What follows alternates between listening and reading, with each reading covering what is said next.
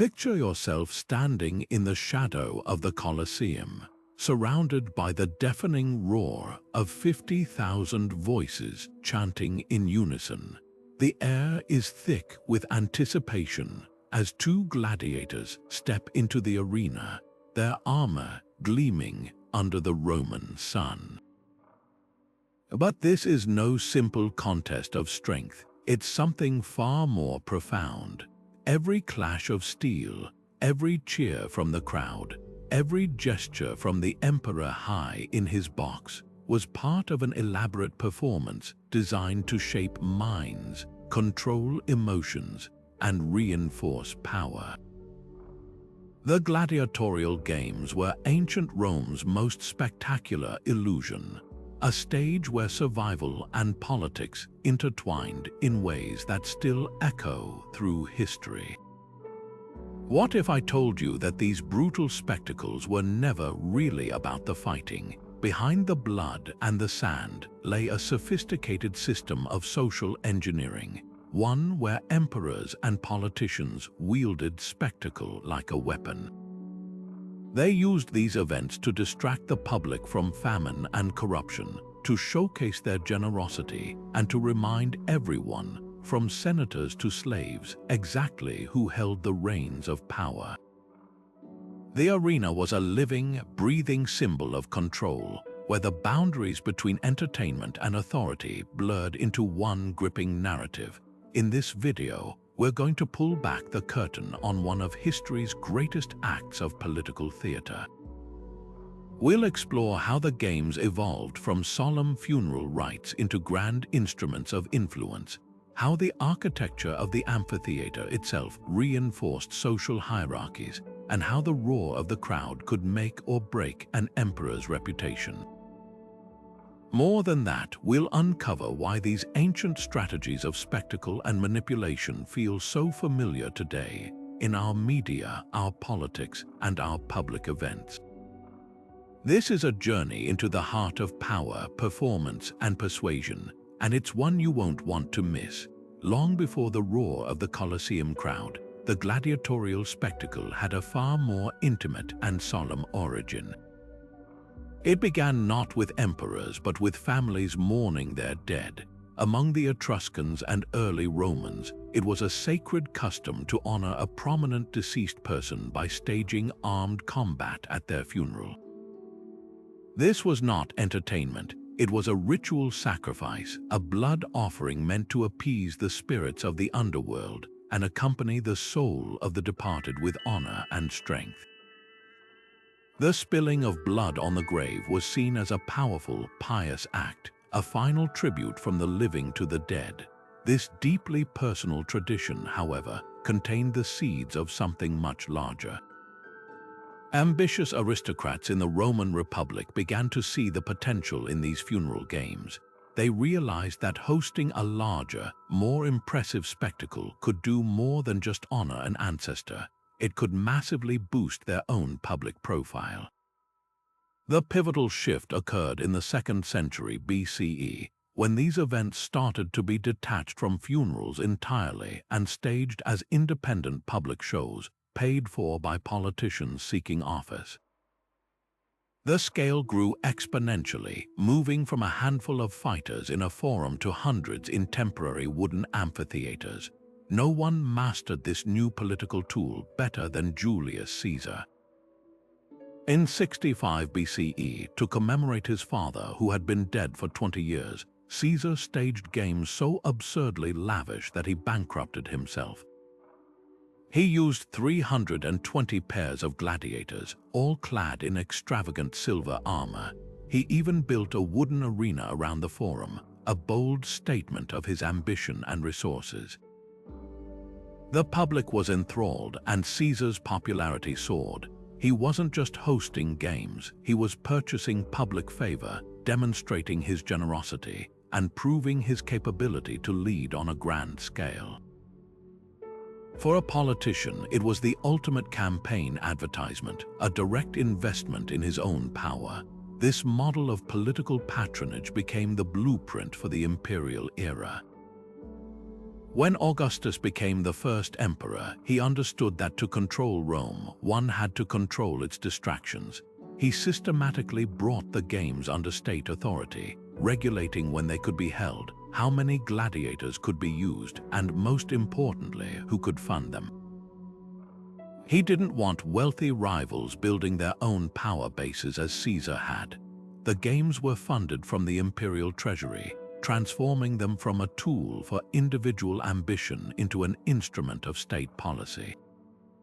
They were no longer just for gaining popularity, they were for maintaining control, demonstrating the emperor's boundless generosity, and reminding every citizen exactly where their bread and circuses came from.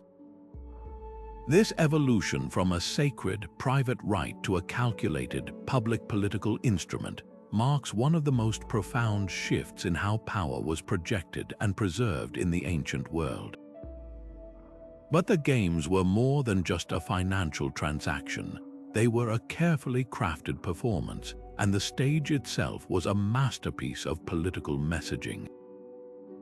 The grand amphitheaters, particularly the Colosseum, were not neutral venues. They were physical manifestations of imperial power, designed from the ground up to reinforce the social order and the emperor's unchallenged place at its peak. Every stone, every arch, every seating tier was a deliberate choice meant to communicate who held control. Upon entering, a Roman citizen was immediately confronted with their place in the world. The best seats, right at the arena's edge, were reserved for the emperor, his family, senators, and vestal virgins. This privileged section, known as the podium, offered an unobstructed view and a layer of protection, setting the ruling class literally above the fray. Directly behind them sat the equestrian order, the wealthy upper class, followed by ordinary Roman citizens. The very highest and farthest tiers were for the poor, for women, and in some cases for slaves. This vertical hierarchy was a clear, unmistakable map of Roman society. You didn't need to read a scroll to understand your status. You simply looked for your seat. The architecture ensured that everyone was constantly aware of the social ladder, with the emperor gazing down upon his entire domain from his lavish imperial box. The spectacle began long before the first gladiator stepped onto the sand. The day's events were preceded by a magnificent parade called the Pompa, a grand procession that featured the gladiators, priests, and musicians, all marching into the arena. The climax of this ceremony was the arrival of the editor, the sponsor of the games, often the emperor himself. His entrance was a theatrical event designed to elicit thunderous applause. He would emerge, usually from a special, secluded entrance reserved solely for him, and proceed to his opulent box. This wasn't just a man taking his seat, it was a ritual of power. By presenting himself as the generous benefactor providing this incredible entertainment, he framed his rule as one of gift-giving and benevolence. The crowd's cheers were not just for the fights to come, but an acknowledgement of his patronage, reinforcing the idea that their pleasure and leisure were entirely dependent on his goodwill and wealth. Beyond the seating and the ceremonies, the very functionality of the amphitheater was a testament to imperial control. The Colosseum was an engineering marvel, featuring a complex network of underground tunnels and chambers called the hypogeum. This subterranean world allowed for the sudden, dramatic appearance of gladiators, animals, and scenery through a series of trapdoors and elevators, creating magical, awe-inspiring moments for the audience. This ability to manipulate the environment, to make men and beasts appear and disappear at will, demonstrated the emperor's almost godlike command over nature and reality itself. Furthermore, the building was designed for efficient crowd management.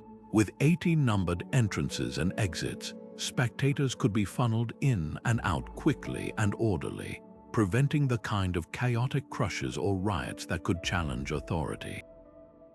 Even the famous awning, the velarium, which was manned by sailors from the Roman navy to provide shade, was a symbol of the state's logistical might and its care for its citizens. From the precise control of the spectacle below to the managed comfort of the masses above, the arena stood as a powerful metaphor for the well-ordered state, a microcosm of the empire where every person and every event had its designated place, all under the watchful, controlling eye of the emperor. The staggering cost of mounting these spectacles is almost impossible to overstate, representing one of the largest single-day expenses in the ancient world. To field a single gladiator for a single day could cost the equivalent of thousands of dollars in today's money when you account for their purchase, training, equipment, and insurance. A modest games might feature a few dozen pairs, but an imperial extravaganza could deploy hundreds of fighters, not to mention the exotic beasts, elaborate sets, and temporary stage machinery required for theatrical executions. The procurement of a single African lion or a bear from the northern forests was a logistical nightmare involving trappers, shippers, and handlers, each link in the chain adding immense expense. This was not merely spending, it was a deliberate and monumental display of consumption, a public burning of wealth designed to prove the sponsor's bottomless resources. This financial burden created a clear division in Roman society. Only the ultra-wealthy could play this game of political patronage. For an ambitious senator like Julius Caesar, his infamous games funded by massive loans were a high-stakes gamble, betting that the popular support gained would lead to political offices whose profits would eventually cover his debts. For the emperor, the calculus was different. He had access to the near-limitless resources of the imperial treasury, funded by conquest, tribute, and taxes from across the empire. When an emperor like Titus opened the Colosseum with a 100-day festival, he was effectively spending state revenue, transforming the hard currency of conquest into the soft power of public adoration. This act sent a powerful message. The empire was so prosperous that its leader could literally spend a fortune on a day's entertainment for the masses. In return for this lavish spending, the sponsor, known as the editor, expected a tangible political return. This was never a selfless act of charity. It was a calculated investment in social capital. For a politician, the return might be votes in an upcoming election or the support of key factions in the Senate. For the emperor, the desired return was stability, loyalty, and the perpetuation of his reign. The thunderous applause that greeted his arrival in the arena was a sound more valuable than coin. It was a public acclamation of his legitimacy and generosity. This created a powerful feedback loop often called euergetism, a system of elite gift-giving where the wealthy provided grand public benefits in exchange for honor, prestige, and political authority.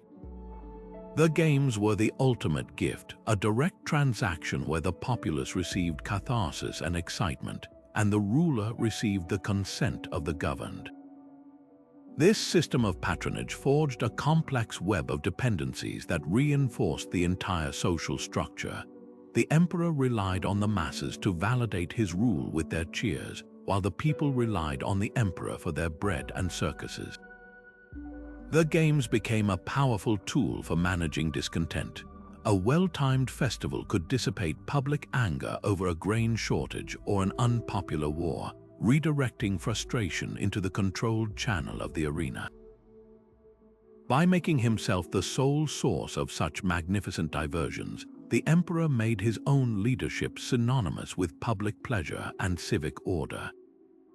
This financial strategy reveals the cold, hard economics of power, demonstrating that in ancient Rome, control was not just won by the sword, but purchased, one spectacular and bloody day at a time.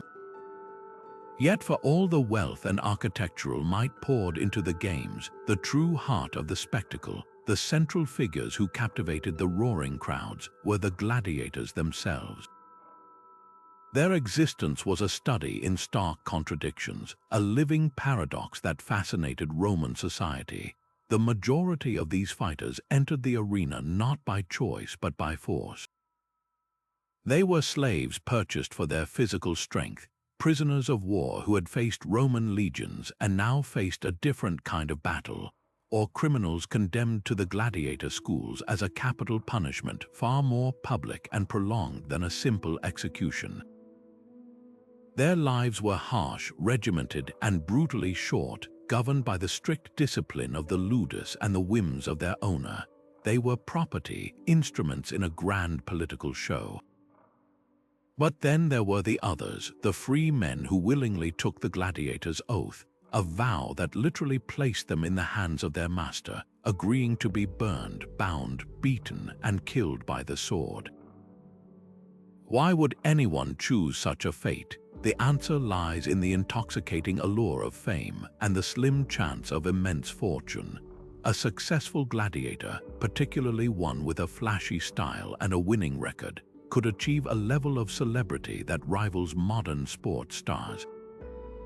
The poet Martial wrote of fighters like Hermes, a gladiator so universally skilled with every weapon that his name became synonymous with martial prowess. Fans would cheer their favorites with the fervor of supporters at a championship match, and children across the empire played with clay figurines modeled after famous gladiators, reenacting their heroic deeds in the dust. This adoration even translated into tangible rewards. A victorious fighter could earn substantial monetary prizes, lavish gifts from grateful editors, and a share of the gate receipts. The most legendary could even earn their freedom, receiving the wooden sword known as the rudis as a symbol of their release from service. Yet, this fame and fortune existed within a tightly confined social box. No matter how much the crowds adored them, gladiators were legally defined as infames, the infamous. They were stripped of certain civic rights, viewed as morally debased, and largely excluded from respectable society. They could be admired from the stands, but they would never be invited to dine at a nobleman's table. This social marginalization was crucial to the political function of the games. It allowed the Roman public to project their fantasies of strength, violence, and freedom onto these figures without ever threatening the established social order. The gladiator was the perfect vessel, a celebrity who could be celebrated precisely because he could never truly become one of them. He was a thrilling, charismatic, but ultimately safe symbol of rebellion, controlled and contained within the sands of the arena. While the crowd roared for their favorite fighters and the architecture itself proclaimed imperial power, there was one man at the absolute center of this political universe, the master of ceremonies who held the entire production in his hands. This was the editor, a title that fails to capture the immense gravity of his role. He was not a mere sponsor or a passive observer. He was the director, the producer, and the lead actor in a high-stakes drama where the script was written in blood and sand. When the editor was the emperor, as he often was for the grandest games, his performance in the imperial box was as meticulously choreographed and politically charged as any speech before the Senate. His every gesture, from the way he waved to the masses to the slight nod of his head, was a calculated piece of political communication, a silent language understood by every citizen in the stands. The editor's most profound and terrifying power was his authority over life and death, a power dramatized in the climactic moment of a defeated gladiator's appeal. Contrary to the popular myth of the thumbs up or thumbs down, historical evidence suggests the crowd would shout mit for release or iugula for execution. The editor would then make a show of considering the will of the people, but the final decision was always his alone. To grant mercy, sparing a valiant but defeated fighter, was a public performance of clemency and wisdom.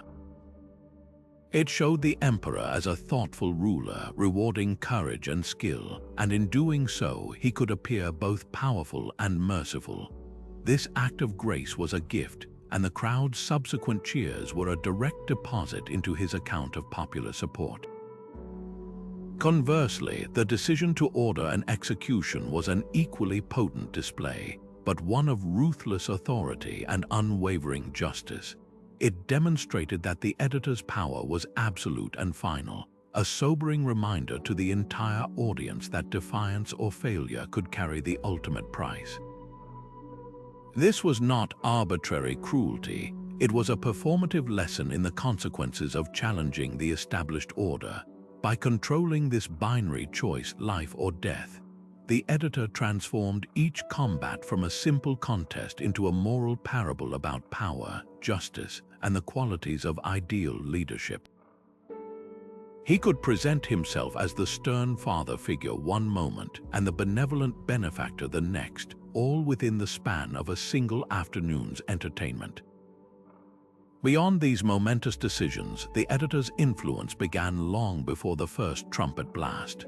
He or his proxies were deeply involved in crafting the day's narrative, carefully selecting which gladiators would fight and in what order.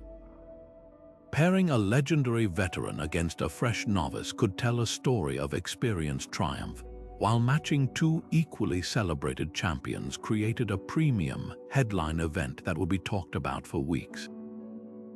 The editor decided the pacing of the violence, interspersing tense duels with the comic relief of dwarf fights or the awe of animal hunts, managing the emotional rhythm of the crowd like a conductor leading an orchestra. He was the ultimate showman, and his product was a perfectly controlled spectrum of human emotion, from tension to relief, horror to exhilaration. In this carefully managed environment, the editor's very presence was a statement.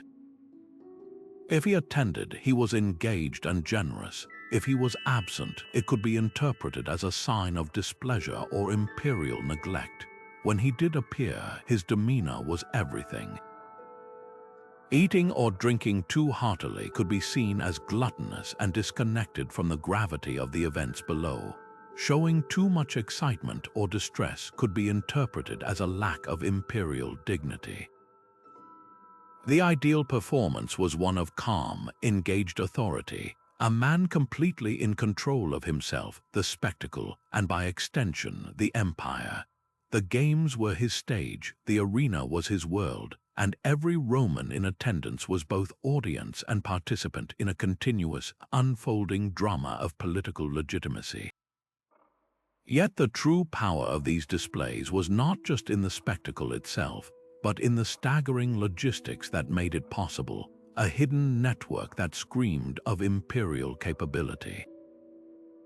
Procuring a single healthy lion from North Africa or a leopard from the eastern frontiers was a monumental undertaking. It required specialized hunters, reinforced cages, and entire ships repurposed for a terrifying, volatile cargo. The animals had to be transported thousands of miles across land and sea, fed and watered, and kept healthy enough to put on a ferocious show upon arrival.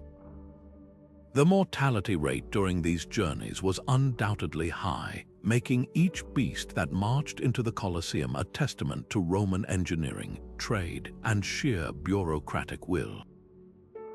This was not just a display of wealth, it was a flex of logistical muscle, proving that the emperor's reach extended into the deepest deserts and densest jungles, that he could command the very forces of nature to march in procession for his pleasure and his political agenda.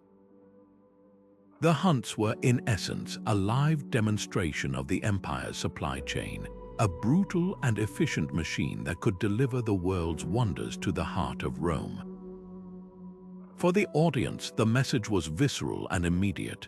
When they saw a tiger, an animal they had only heard of in myths from India, caged and then slain by a hunter in the arena, they weren't just watching a fight.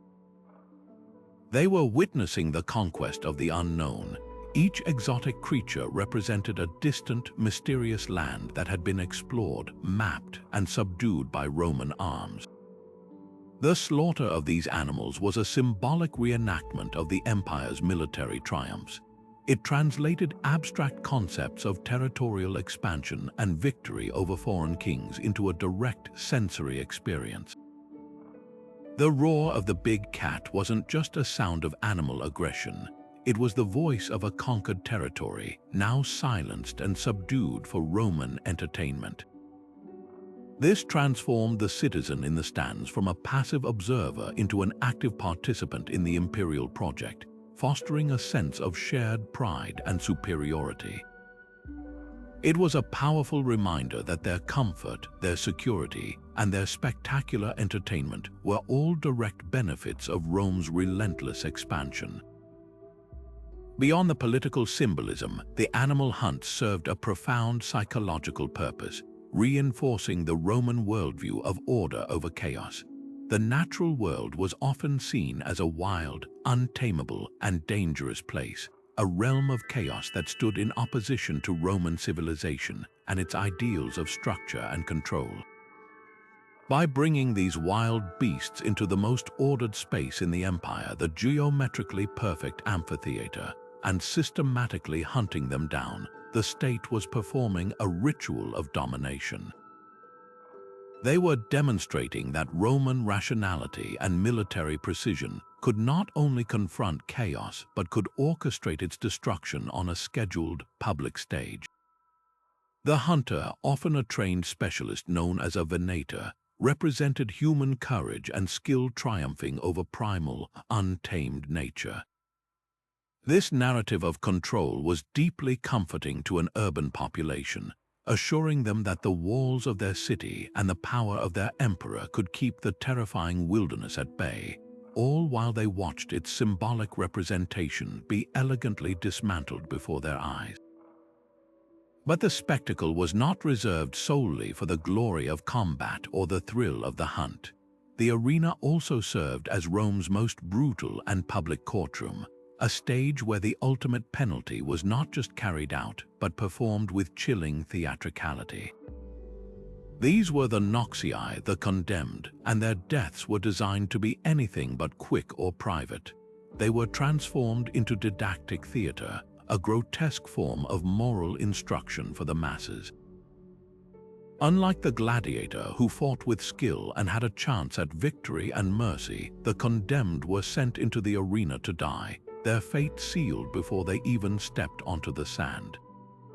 Their value was not in their fighting prowess, but in the lesson their death could impart. The methods of execution were deliberately varied and often horrifyingly creative, chosen to maximize the symbolic impact. Some were forced to reenact famous mythological tragedies, playing the role of a character who famously suffered a gruesome death, like Icarus falling from the sky or Hercules burning alive in a poisoned cloak. In these elaborate productions, stage machinery and costumes were used to make the myth terrifyingly real for the audience. Others were simply exposed to wild beasts in a practice known as damnatio ad bestias. Stripped naked and unarmed, they would be pushed into the arena to face lions, bears, or leopards.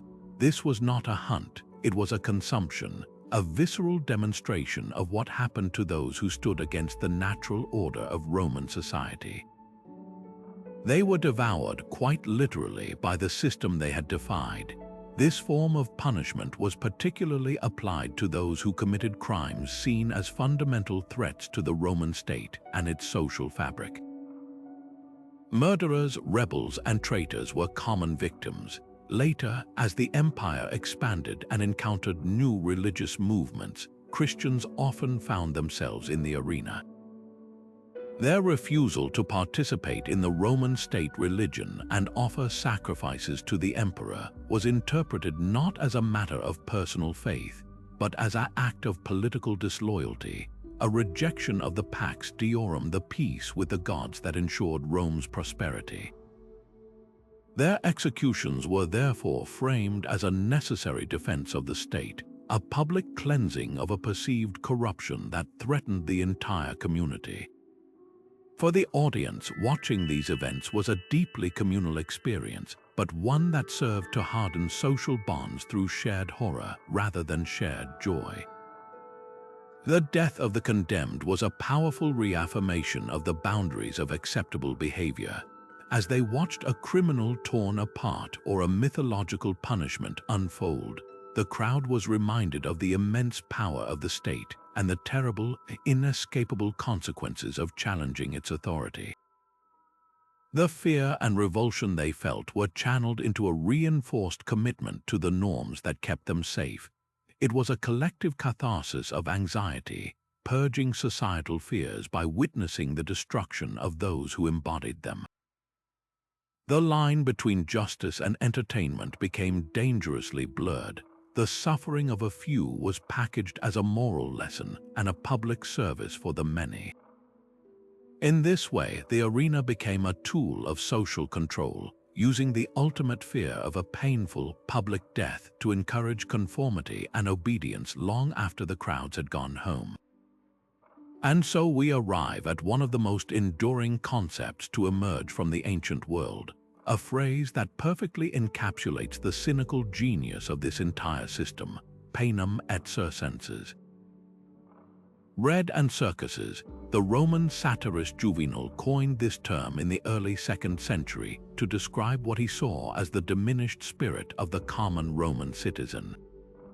He lamented that the populace, which had once held the power to grant military command and high office, now seemed to care for only two things: the free grain dole that filled their stomachs and the thrilling games that distracted their minds.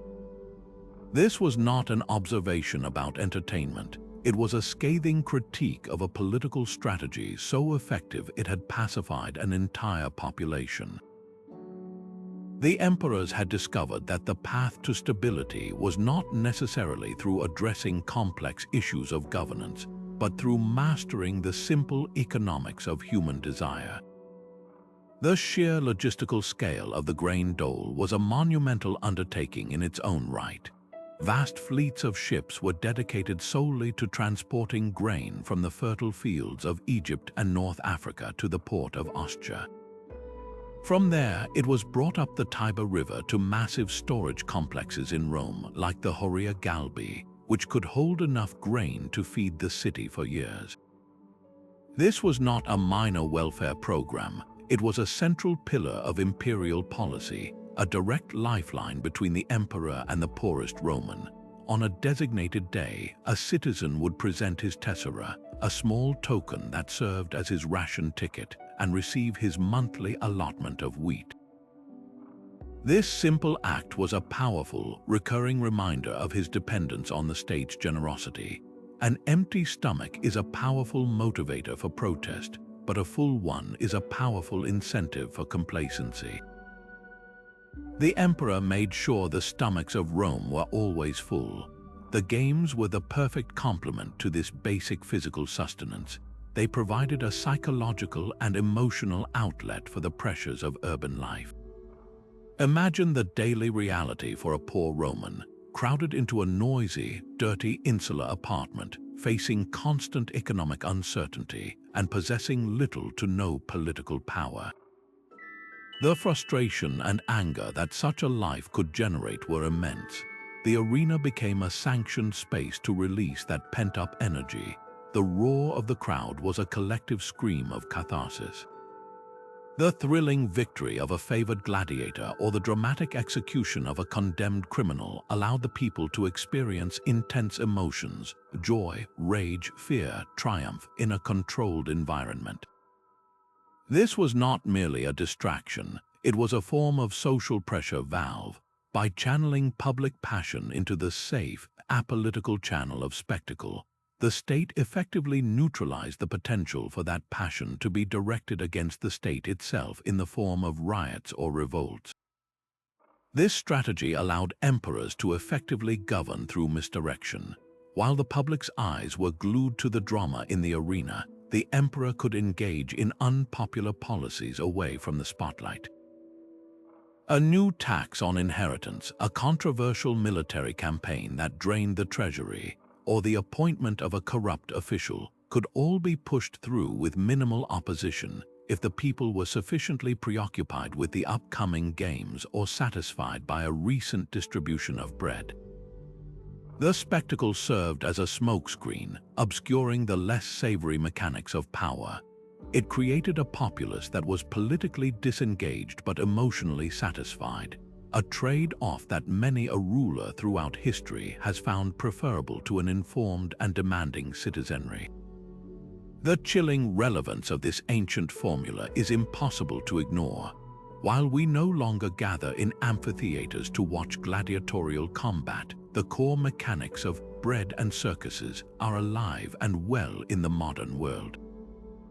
The bread has evolved into complex social welfare programs, tax cuts, or stimulus checks, tangible economic benefits distributed by governments to maintain public goodwill. The circuses have been transformed and amplified by technology. They are the 24-hour news cycles obsessed with scandal and spectacle, the blockbuster sporting events that command global attention, the endless stream of social media drama and reality television that consumes our collective focus. These modern diversions, much like the ancient games, are not inherently negative, but they become powerful political tools when used to divert attention from substantive issues, corruption, or policy failures. The genius of the Roman model was its understanding that a population preoccupied with spectacle is a population that is not preoccupied with holding its leaders to account. It is a timeless lesson in the art of social control, reminding us to always look beyond the spectacle and ask what we are being distracted from seeing. Behind the blood-soaked sand and the roaring crowd stood another critical institution, one that turned raw potential into polished performance, the gladiatorial school or ludus. These were not mere training grounds, they were highly disciplined factories for producing the human instruments of political theater. Within their fortified walls, a complex process of transformation took place where prisoners of war, condemned criminals, and even volunteers were broken down and rebuilt into specialized, marketable fighters. The entire operation was a brutal fusion of education, commerce, and social control, designed to supply the arena with a reliable and impressive product. A well-run ludus was a valuable asset, a business that commodified human skill and life itself, treating gladiators as both investments and expendable props in the grand political show. The daily regimen inside a school like the famed Ludus Magnus in Rome was one of relentless discipline and rigorous training. New recruits, known as novicii, were assessed by a Lannister, the owner and manager of the school, who would assign them a specific gladiator type based on their physique and natural aptitude. A tall, powerful man might be trained as a mirmillo, a heavily armed fighter, while a lighter, quicker recruit could become a retiarius, the net and trident-wielding fisherman of the arena. Their training was conducted with wooden weapons, often twice the weight of real ones, to build strength and endurance. They practiced against a wooden post called a palace, drilling the same thrusts, parries, and footwork for hours on end. This repetitive, grueling process was designed to make their combat movements second nature, ensuring they could perform under the extreme pressure and noise of a packed amphitheater. Diet was also carefully managed, with gladiators famously consuming a high-energy barley gruel and other specific foods to build a distinctive layer of subcutaneous fat that could help protect against superficial cuts and make them appear more imposing. The management of these schools reveals the cold economic calculus underlying the spectacle. While some ludi were state-owned, particularly the imperial schools that supplied the emperor's games, many were private enterprises run by entrepreneurial Lannister. These men were viewed with a mixture of disdain and necessity by the upper classes. They dealt in human property and violence, yet they provided an essential service. A Lannister was a businessman, and his gladiators were his inventory. He purchased them, trained them, insured their lives, and then rented or sold them to editors sponsoring games. The death of a gladiator in the arena was a financial transaction, with the editor required to reimburse the lannis to the full market value of the fighter. This system created a perverse incentive structure where the lannister benefited from his gladiators surviving and winning, thus increasing their value and fame, while the editor had to balance the crowd's desire for bloodshed against the mounting cost of each death he ordered. For the editor, the choice of which ludus to contract from was a critical part of his political branding. Hiring gladiators from a prestigious, well-known school was a clear signal of wealth, taste, and a commitment to providing the highest quality entertainment. It was the ancient equivalent of securing a top-tier performer for a modern event. The editor's reputation was directly tied to the spectacle he produced, and a poorly trained, unimpressive gladiator who died too quickly would reflect badly on him, wasting his financial investment and potentially angering the crowd. Conversely, a stunning display of skill and courage between two elite fighters from a famous school would be the talk of the town for weeks, cementing the editor's image as a generous and discerning patron. The gladiators themselves, therefore, were walking advertisements for their Lannisters' operation and living testaments to their editor's largesse. Their polished armor, flawless technique, and fierce reputation were all extensions of their sponsor's political image, proving that he had the resources and sophistication to acquire the very best the empire had to offer. Now, let's tackle one of the most enduring and misunderstood images from the arena: the moment of the emperor's judgment. For centuries, popular culture has burned a specific scene into our collective imagination. A defeated gladiator looks up, the crowd roars, and the emperor, high in his box, gives a thumbs up for life or a thumbs down for death. It's a dramatic, cinematic moment, but what if almost everything we think we know about this gesture is wrong? The historical evidence, when you really look at it, paints a far more complex and fascinating picture, one that reveals the subtle psychological manipulation at the heart of imperial power. The primary source of our modern myth likely stems from a mistranslation and a famous 19th century painting. The key Latin phrase is pollis verso, which translates most accurately not as thumbs down, but as turned thumb.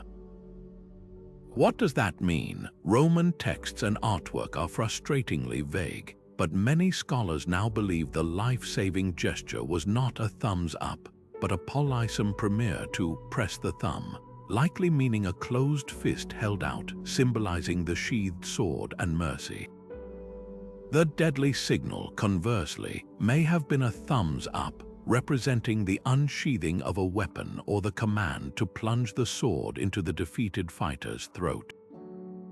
This inversion of our modern understanding is jarring, but it highlights how easily the nuances of historical ritual can be lost and reinvented over time. The emperor's gesture was part of a silent, symbolic language that every Roman understood intuitively, a code we are still struggling to crack. Yet, focusing too much on the precise finger position misses the entire point of the performance. The emperor's decision was never a spontaneous, arbitrary whim based on the crowd's noise. It was a premeditated act of political theater, carefully calibrated to project a specific image. Had the editor truly been swayed by the mob's will, it would have shown him as weak, susceptible to the fickle passions of the masses. This was the last thing an absolute ruler wanted to convey. Instead, he used the crowd's energy as a backdrop for his own performance of authority. He would pause, listen to the shouts of mit for release and jugula for execution, perhaps even lean over to an advisor as if in deep consultation. This pantomime of consideration was crucial. It created the powerful illusion that he was weighing the public's desire, that he was a ruler who listened. Then, with all eyes upon him, he would deliver his verdict. To grant mercy was to perform clementia, a highly prized imperial virtue. It showed him as wise, discerning, and magnanimous, a leader who valued courage and skill even in a lowly slave. This act of grace made the crowd love him, and it cost him nothing but the market price of the gladiator, a trivial expense for the state treasury. To order death, however, was a performance of severitas or stern justice. It demonstrated his unwavering commitment to the rules of the arena and the brutal realities of power. It was a chilling reminder that his authority was absolute and final. In both cases, he was the star of the show, the sole arbiter of fate. The crowd's involvement was a cleverly staged trick, a way to make them feel complicit in the decision while he alone retained all the actual power. This delicate dance created a profound psychological bond between the ruler and the ruled. By allowing the people to voice their opinion, even if he ultimately ignored it, the emperor fostered a sense of shared participation. The citizens in the stands felt heard, felt that their collective voice mattered in the highest matters of life and death. This manufactured consent was invaluable.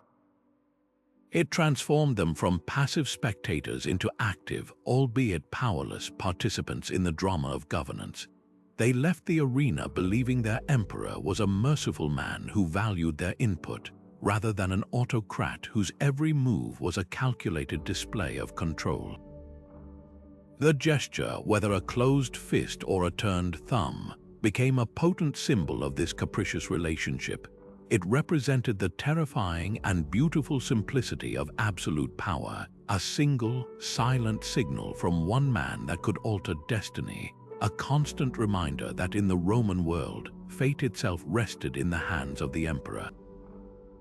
While the arena was overwhelmingly a world of men, both in the sand and in the stands, there were startling exceptions that shattered the established norms.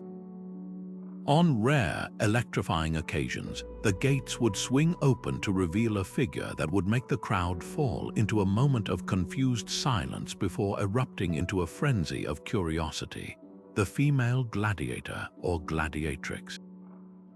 Her presence was a walking contradiction, a fusion of two identities that Roman society held in strict separation: the woman, idealized as a matron of virtue and domesticity, and the gladiator, a symbol of brutal public violence. She was the ultimate novelty act, a spectacle within a spectacle, and her every move challenged the very foundations of Roman gender roles. These women did not emerge from the traditional gladiatorial schools in any significant number. The evidence suggests they were often slaves or perhaps lower-class free women desperate for the slim chance at prize money and notoriety. They were almost always presented as part of a special themed event, a bizarre addition to the program designed to shock and delight a jaded audience that had seen everything. The Emperor Domitian, who ruled near the end of the 1st century, was particularly known for his taste for the unusual.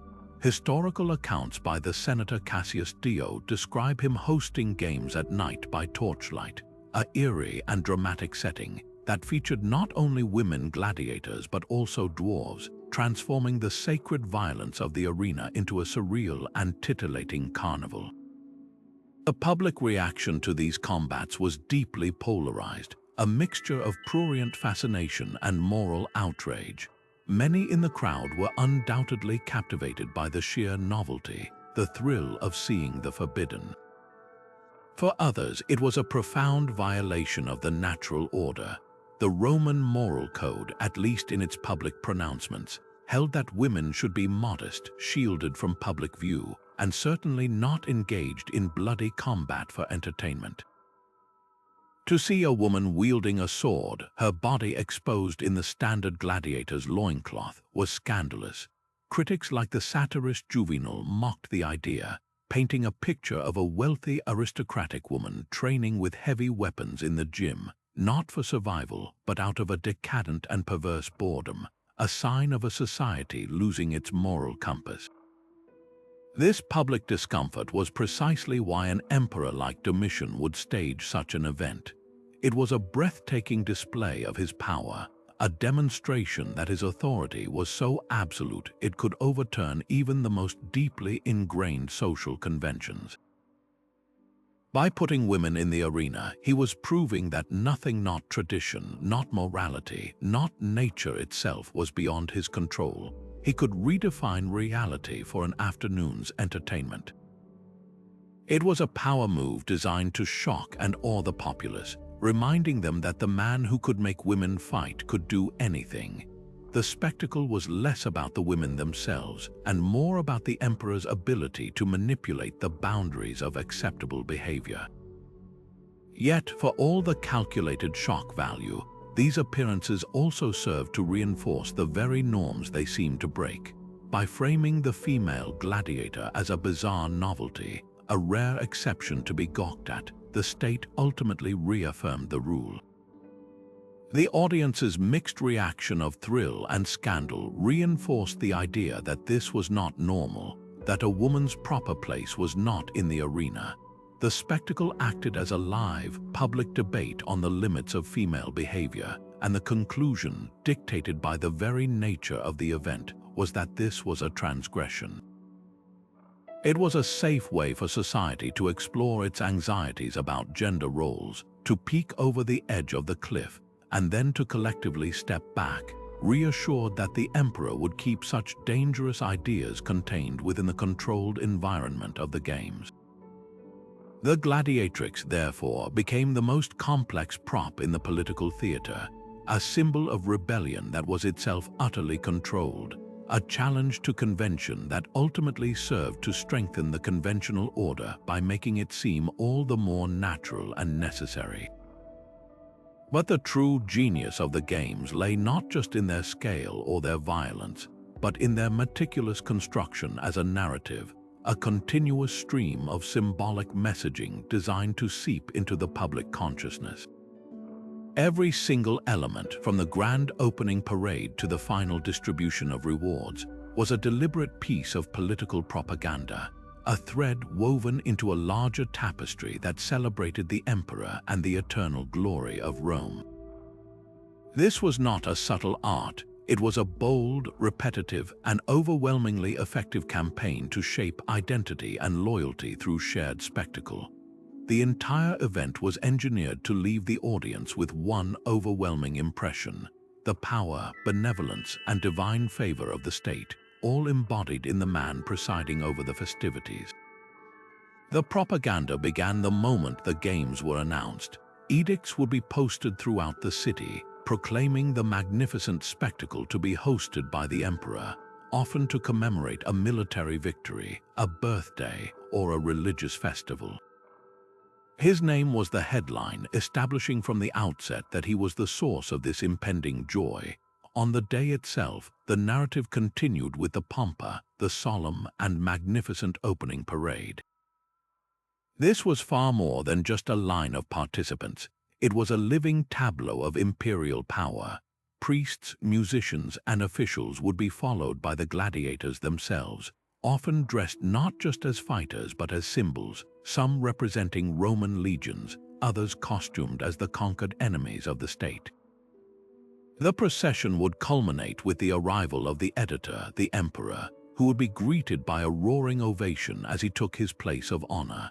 This ceremonial entrance framed him not merely as a spectator, but as the beneficent patron and the central figure of the entire day, the sun around which all other action revolved. Once the combat began, the symbolism became even more direct and potent.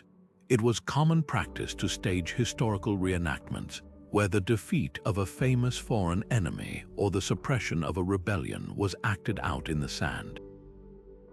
The audience didn't just hear about the great victory of their legions in Gaul or Britain.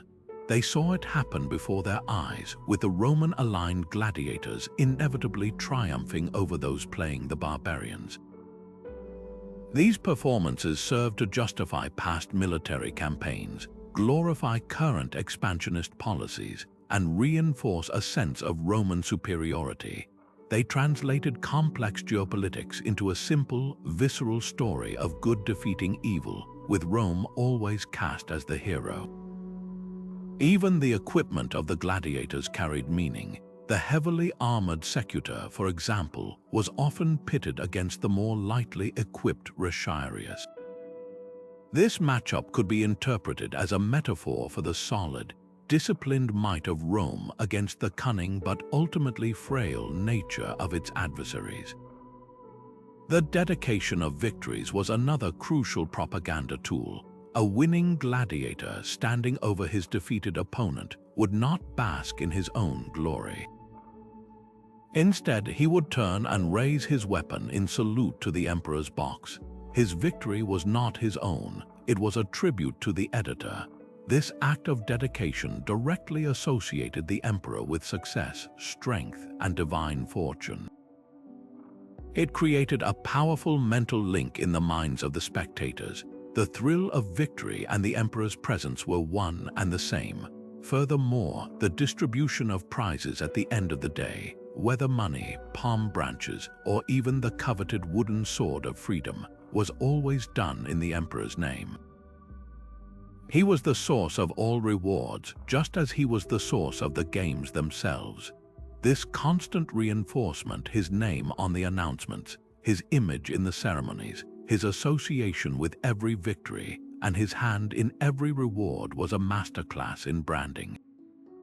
It ensured that the feelings of excitement, catharsis, and gratitude generated by the spectacle were permanently anchored to the person of the emperor, forging an emotional loyalty that was far stronger than any legal or military obligation could ever be. This collective emotional journey was not left to chance. It was a meticulously engineered experience, a psychological symphony conducted from the imperial box. The editor, often the emperor himself, possessed a deep, intuitive understanding of crowd dynamics, skillfully manipulating the rhythm and intensity of the events to guide the audience's feelings. He would begin the day with lighter, less consequential matches, perhaps featuring novice gladiators or comic bouts, allowing the crowd to settle in and build a sense of communal anticipation. The mood would then be gradually elevated through the dramatic animal hunts, where the danger was real but directed at beasts, building tension and awe. The emotional peak was reserved for the headline gladiatorial duels, where the stakes were human life and the crowd's investment was absolute. This careful pacing, a calculated ebb and flow of excitement, relief, and tension prevented emotional fatigue and kept the audience locked in a state of heightened receptivity throughout the long day.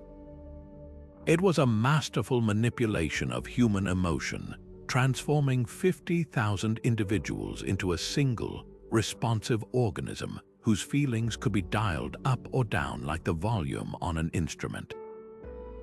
Within this controlled environment, the roar of the crowd became a crucial data stream for the emperor, a live poll of public sentiment he could not afford to ignore. While his ultimate authority was absolute, his power rested on a foundation of popular acquiescence. The amphitheater served as his most accurate barometer of the public mood. A sudden, unified cry for mercy for a popular defeated gladiator was a direct message. To ignore it completely risked appearing arrogant and disconnected, potentially turning the crowd's adoration into sullen resentment. Conversely, a bloodthirsty demand for execution gave him permission to display the stern face of justice. By ostensibly yielding to the crowd's will on smaller, symbolic matters, he fostered the powerful illusion that the people had a voice, that they were participants in the spectacle rather than mere consumers of it. This created a feedback loop where the audience, believing their shouts held power, became even more invested and vocal, further binding them to the performance and the man who presided over it. This shared experience forged a powerful and unique form of social cohesion. In their daily lives, Romans were divided by enormous gaps in wealth, status, and privilege. A senator, a baker, and a slave lived in entirely different worlds, but for a few hours in the arena they were united. They gasped at the same sudden moves, cheered for the same heroes, and felt the same collective relief or horror at the editor's verdict. This common emotional journey created a temporary but potent sense of equality and shared identity. They were all Romans experiencing the same spectacle bestowed upon them by their emperor. This feeling of belonging to a vast, powerful community was a powerful antidote to the social fragmentation and isolation of urban life. The state, by providing this shared emotional playground, strengthened the bonds that held society together, making individual grievances seem smaller in the face of such overwhelming collective experience. Perhaps the most insidious psychological trick was the way the spectacle made every citizen complicit in the violence and the political order it upheld.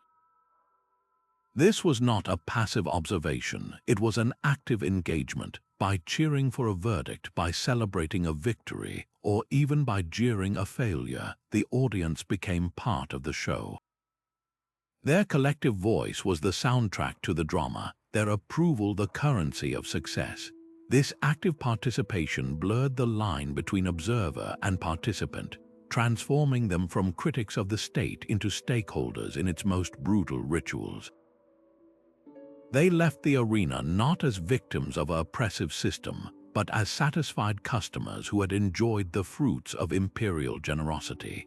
This complicity was the ultimate goal of the emotional engineering. A population that feels responsible for its own entertainment is far less likely to question the morality or the politics behind it. The games successfully externalized the violence onto the gladiators and the condemned, while internalizing the thrill and the satisfaction within the heart of every citizen, making them unwitting allies in the very system that used spectacle to control them. But to truly grasp the political mastery embedded in the games, we must look beyond the performance and examine the stage itself. For the Flavian amphitheater, the Coliseum, was far more than a mere venue. It was the ultimate instrument of imperial control, a physical machine engineered to produce awe and enforce order in equal measure. Its very design was a silent sermon on the power of Rome and the genius of its rulers. Every arch, every corridor, every ingenious mechanism served a dual purpose: to dazzle the senses and to dictate behavior, proving that the architecture of spectacle is also the architecture of power. Consider the challenge of managing an audience that could swell to nearly 50,000 people, a population larger than many ancient cities. The architects solved this with breathtaking efficiency through a system called vomitoria, not places to be sick, but the vast barrel-vaulted entrance and exit passages that earned their name from the way they seemed to vomit forth immense crowds onto the tiered seating in a matter of minutes. Each of the 76 public entrances was numbered, corresponding to a ticket made of pottery shard that directed a spectator to a specific section, row, and even seat. This wasn't just about convenience, it was a brilliant tool of social engineering. It eliminated the chaotic, potentially riotous scrum of finding a place, and more importantly, it seamlessly funneled people into their preordained social strata. The senatorial elite, the equestrian class, the common citizens, and finally the poor and women, each group had a designated zone, ensuring that the rigid hierarchy of Roman life was physically reinforced the moment one stepped inside. The building itself constantly reminded you of your place. Beneath this meticulously ordered audience lay the true heart of the spectacle's magic, the hypogeum, a vast, multi-level underground labyrinth. This was the backstage area where the illusion was manufactured. Here, a complex system of ramps, pulleys, and counterweighted elevators, likely operated by teams of slaves, allowed for the sudden, dramatic appearance of gladiators, scenery, and wild animals directly through trapdoors in the arena floor. A bear could seem to materialize from nowhere, a group of fighters could rise into the spotlight as if by divine will. This technology allowed the editor to choreograph the entire event like a theatrical director, controlling the pacing, the surprises, and the narrative flow. He could build tension by holding a key combatant below, then create a moment of pure awe by having them erupt onto the stage. This command over the very environment demonstrated a near supernatural authority, making the emperor seem like a master of reality itself. Even the elements were not beyond the emperor's control. Stretching from the topmost level of the Colosseum was the velarium, a colossal canvas awning that provided shade and shelter from the rain for about a third of the audience. Maneuvering this enormous sail was a feat of engineering and manpower, requiring a dedicated detachment of sailors from the Roman naval fleet stationed at Misenum. Their expertise in rigging and ropes was essential for deploying the massive cloth. The symbolism was potent and unmistakable. The emperor commanded not only the legions on land but the navy at sea, and he could even deploy them to ensure the comfort of his people.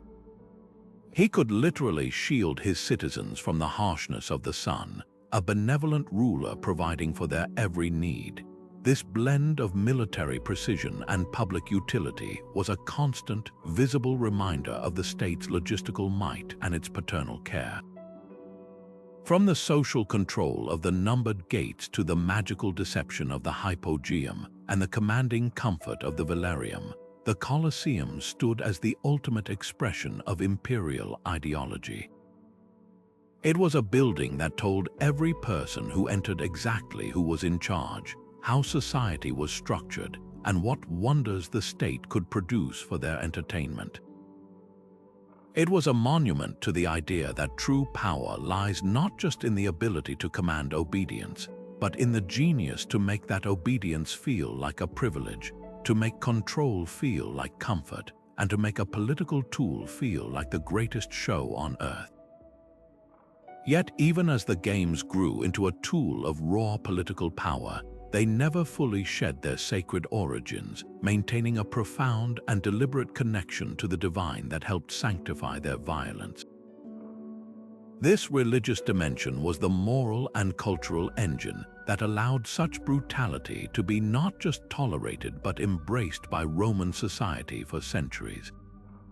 The link was often explicit. Many of the largest and most spectacular games were still officially held in honor of a god, or as a central part of a major religious festival. The Ludi Romani, for instance, were dedicated to Jupiter Optimus Maximus, the king of the gods, while the Ludi Plebei honored Jupiter as well. Even the inaugural games of the Colosseum under Emperor Titus were framed as a dedication to the Flavian family's divine patronage. By attaching the spectacle to these divine figures, the state effectively placed the violence under a sacred umbrella. It transformed the spilling of blood from mere entertainment into an act of piety, a necessary offering to maintain the Pax Diorum, the crucial peace or covenant between Rome and its gods. A failure to uphold these traditions, it was implicitly understood, could bring divine disfavor upon the entire city, making the games a matter of communal survival, not just leisure. This sacralization process was powerfully evident during festivals like the Saturnalia, a time of role reversal and merry chaos where social norms were temporarily suspended. The games held during this period absorbed some of this atmosphere, but they still served a deeper religious purpose.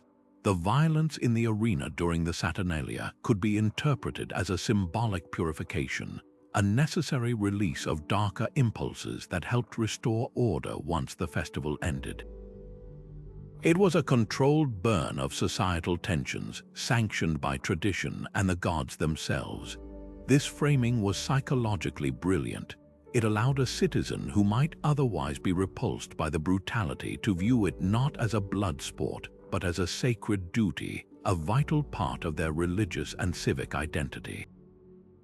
The guilt or unease one might feel was alleviated by the higher purpose. They were not reveling in death, but participating in a time-honored ritual essential for the continued prosperity and protection of their community. This blending of the sacred and the profane created a powerful cultural inertia that made the games incredibly difficult to criticize or abolish. To attack the games was not merely to attack a popular pastime. It was to challenge centuries of tradition, to question the wisdom of ancestors, and to risk offending the very gods who protected Rome. The violence became normalized, woven into the very fabric of what it meant to be Roman. For a Roman citizen, the grandeur of the games was a point of pride, a symbol of their cultural superiority over other peoples they deemed barbaric.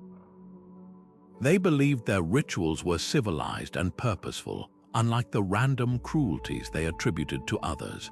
This cultural embedding ensured the games' longevity long after their original funerary purpose had faded, providing a sturdy shield of tradition that protected them from moral scrutiny. The state, of course, understood and actively promoted this connection. Emperors, who also held the title of Pontifex Maximus, or chief priest, were the masters of this ceremony. By presiding over the games in their religious context, they positioned themselves as the indispensable intermediaries between the people and the gods. Their generosity in funding the spectacles was not just a political act but a pious one, reinforcing their role as the guardians of Roman tradition and divine favor. This fusion of religious authority with political spectacle made the emperor's power seem divinely ordained and eternally justified. The religious undertones of the games provided the perfect moral and cultural camouflage for their political function, allowing the state to use breathtaking violence as a tool of control while presenting it as an act of devotion, a masterful piece of ideological engineering that secured the arena's central place in Roman life for hundreds of years. The arena was a stage, and the gladiators were more than mere fighters. They were living symbols, each type a carefully designed character in a grand, violent narrative.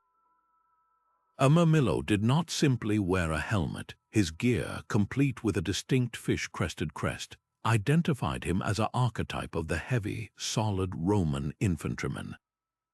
Across from him, the Retiarius, armed with a net and a trident, was a completely different kind of figure, agile, cunning, and evocative of a fisherman, a man who made his living by entangling and spearing his prey from a distance. This was not random pairing. It was a deliberate clash of archetypes, a story told through armor and weaponry. The editor could craft a moral drama by pitting the disciplined, heavily armored secutor, another Roman symbol, against the lightly equipped Threeks, whose curved sword and exotic armor cast him in the role of a foreign threat from the edges of the empire. Every matchup was a potential allegory, reinforcing core Roman values like order triumphing over chaos, discipline defeating cunning, or the civilized world subduing the barbaric. The symbolism extended deep into the cultural psyche, often drawing directly from mythology and history. Some gladiators were explicitly equipped to reenact legendary conflicts. A hoplomachus with his spear and small, round shield might be styled to resemble a Greek hoplite, allowing the crowd to relive Rome's storied victories over Hellenistic kingdoms. The Esidarius fought from a chariot, a direct reference to the conquered Britons and their feared chariot warriors. By dressing a gladiator as a Samnite, complete with their distinctive oblong shield and plumed helmet, the editor could invoke the memory of an early Italian rival that Rome had long since subdued. These were not just fights, they were living history lessons and mythic parables, reminding the audience of their collective past and the inevitable triumph of Roman arms. The victory of the Roman-styled gladiator was a reaffirmation of the empire's destiny and the superiority of its way of life, played out in blood and sand for all to see. This rich typology provided the editor with an endless palette for storytelling and emotional manipulation. the crowd's reaction was heavily influenced by these symbolic roles. They might cheer for the underdog Retiarius, whose only protection was a shoulder guard, as he danced away from the slow, plodding attacks of his heavily armored opponent. Or they might roar their approval for the Mirmillo, seeing in his solid, methodical advance the very image of Roman resilience. The editor could play with these expectations, setting up a narrative of good versus evil, and then subverting it with an unexpected outcome, keeping the audience perpetually engaged and emotionally invested. The diversity of fighters, from the powerful, hammer-wielding Cicer to the horse-riding X, meant the program never grew stale. Each new pair introduced a fresh dynamic, a new story to be told, and a new set of symbols for the crowd to interpret and debate, ensuring the spectacle remained the most captivating and conversation-worthy event in the Roman world. The imperial box was far more than a premium seat. It was a stage within a stage, a sacred space from which the emperor performed the daily drama of his rule. His arrival was a meticulously orchestrated event, timed for maximum impact. He would not simply walk to his chair. He would make a grand entrance, often after the crowd was already seated and buzzing with anticipation, ensuring all eyes would turn to him. The roar that greeted him was not just applause, it was a vital sign of his political health, a sonic measurement of his popularity that his advisors would carefully note. His response, a raised hand, a slight nod, a wave, was a carefully studied gesture. Too much enthusiasm could seem undignified, like a performer craving approval. Too little could be read as coldness or arrogance. The ideal was a calm, assured acknowledgement, a performance of dignified authority that accepted the people's acclaim as his rightful due. Once seated, the emperor's performance entered its most critical phase. His reactions to the violence unfolding below were under a microscope. A leader who looked away from a brutal execution or flinched at a particularly bloody wound risked appearing weak, unfit for the harsh realities of power that defined Roman rule. Conversely, an emperor who leaned forward with too much visible excitement, who reveled overtly in the carnage, could be seen as cruel and tyrannical, a modern-day Nero. The ideal demeanor was one of engaged but detached interest. He was expected to watch, to judge, to occasionally confer with aides, but never to lose his composure. This calibrated display of stoicism demonstrated the perfect Roman virtue of gravitas, seriousness and moral weight. It showed the citizenry that their leader possessed the emotional fortitude to make life and death decisions without being ruled by his passions, that he could oversee the necessary violence of the state without being corrupted by it. His absence, however, could speak just as loudly as his presence. While emperors could not attend every single day of games, their failure to appear at a major festival or a specially announced event sent a powerful and often negative message. It could be interpreted as a sign of disrespect toward the populace, a privileging of private pleasures over public duty, or simply a neglect of the most important ritual of civic bonding. The crowd might feel slighted, their great gift spurned by the very man who was supposed to provide it. This could quickly breed resentment and gossip, fueling rumors about the emperor's character or his health. Conversely, a strategic absence could also be a tool of punishment. An emperor might boycott the games to express his displeasure with the Senate or the people, withdrawing his symbolic presence and the glory it conferred as a form of silent rebuke, reminding everyone that the grandeur of the spectacle was entirely dependent on his will and his participation. Every aspect of his appearance was a potential signal, from his clothing to his companions. He typically wore the purple-bordered toga of his office, a constant visual reminder of his supreme status. But the simplicity or extravagance of his attire could be read for meaning. Was he projecting the image of a modest, traditional ruler or one of lavish, Hellenistic luxury? The individuals he chose to have around him in the box were equally telling. Were senators present and engaged in conversation, suggesting a collaborative relationship with the traditional aristocracy? Or was he surrounded only by military prefects and personal bodyguards, a clear sign of his reliance on raw power and a growing distrust of the political class? Even his consumption of food and drink was watched. To feast gluttonously while men fought and died below was the mark of a callous tyrant. To abstain entirely might seem overly austere. The performance was a continuous, exhausting tightrope walk, a balancing act between demonstrating humanity and projecting invincibility, all under the gaze of 50,000 critics. Ultimately, the Imperial Box transformed the games from a simple spectator sport into a profound dialogue between the one and the many. The crowd's cheers, boos, and chants were their lines in this script. The Emperor's gestures, verdicts, and mere presence were his. In this exchange, he could perform the essential virtues of leadership, clementia with a spared life, Eastitia with an ordered execution, and liberalitas through the sheer scale of the entertainment he funded. He wasn't just watching the action, he was the central actor in the most important play in Rome, one where the stage was an arena and the stakes were the loyalty of an empire. His performance in the amphitheater was arguably as crucial to maintaining his power as any speech in the forum or command on the battlefield, for it was here that he connected with the Roman people on an emotional level, proving he was not just their ruler, but also their premier entertainer and most compelling public figure.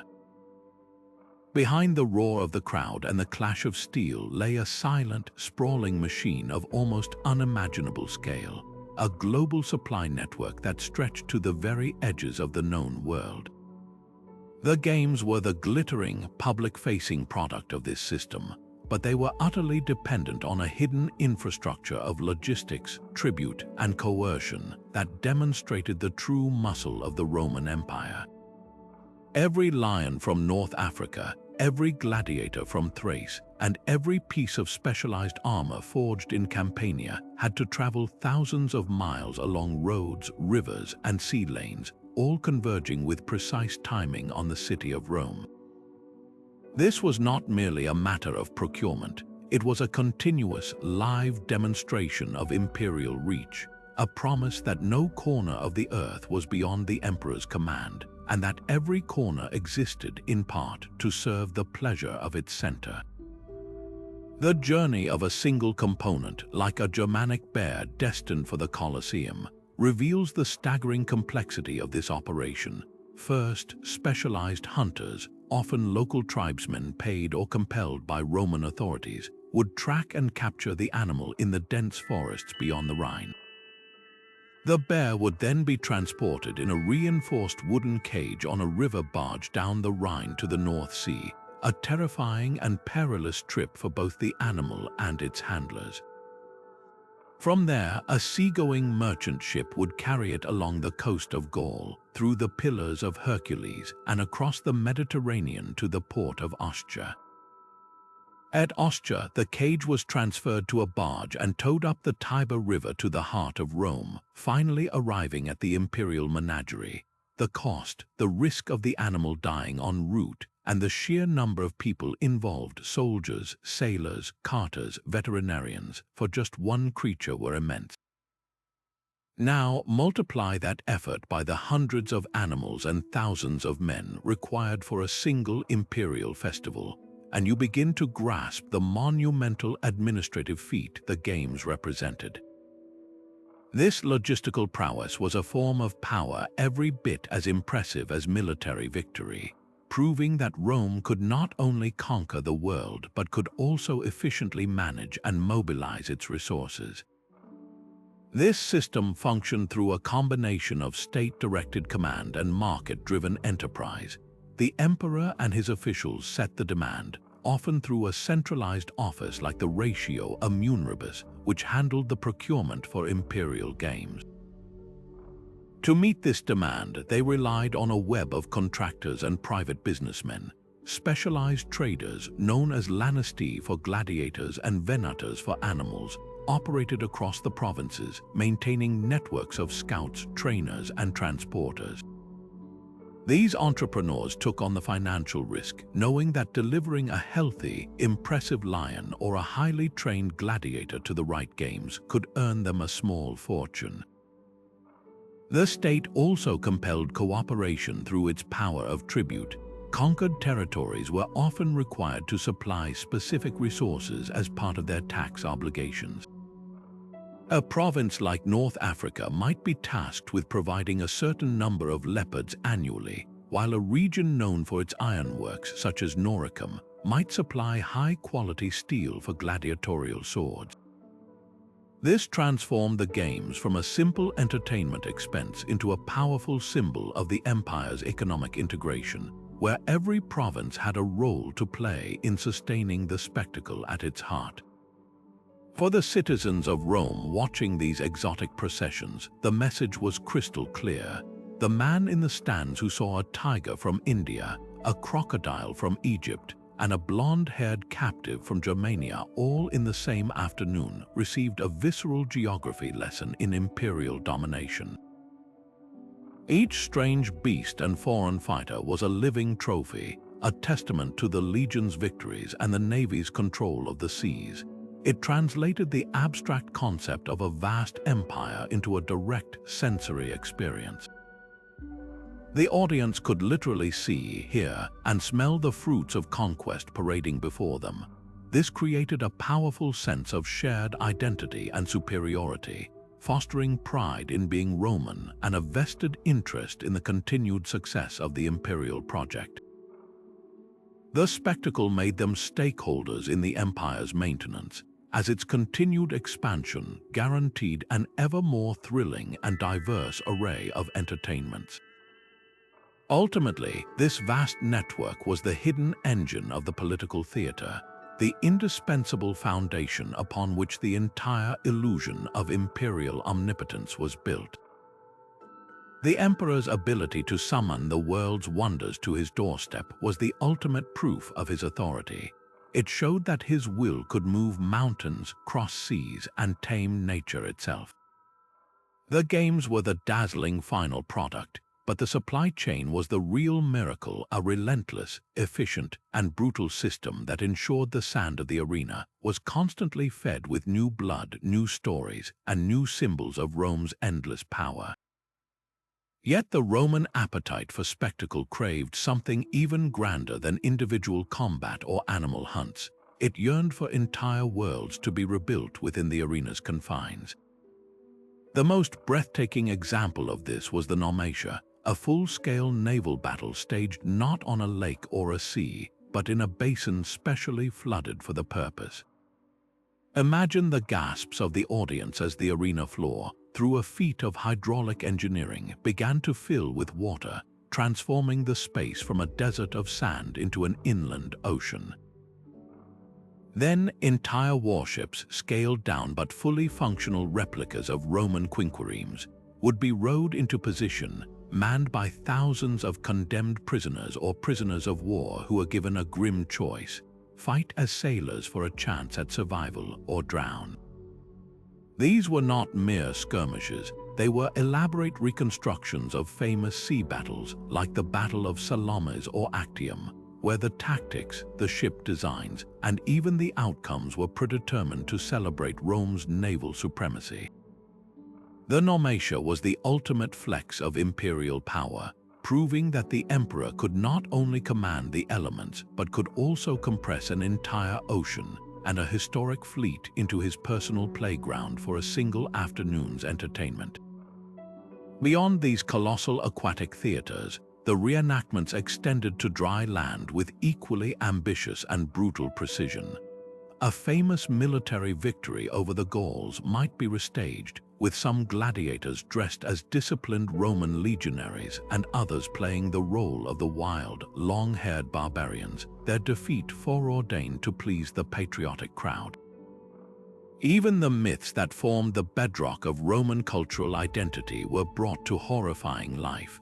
A condemned criminal might be forced to don wings covered in wax and feathers, playing the role of Icarus, only to be hoisted high into the air by a crane and then dropped to his death on the sand below, a visceral and gruesome lesson about the dangers of hubris.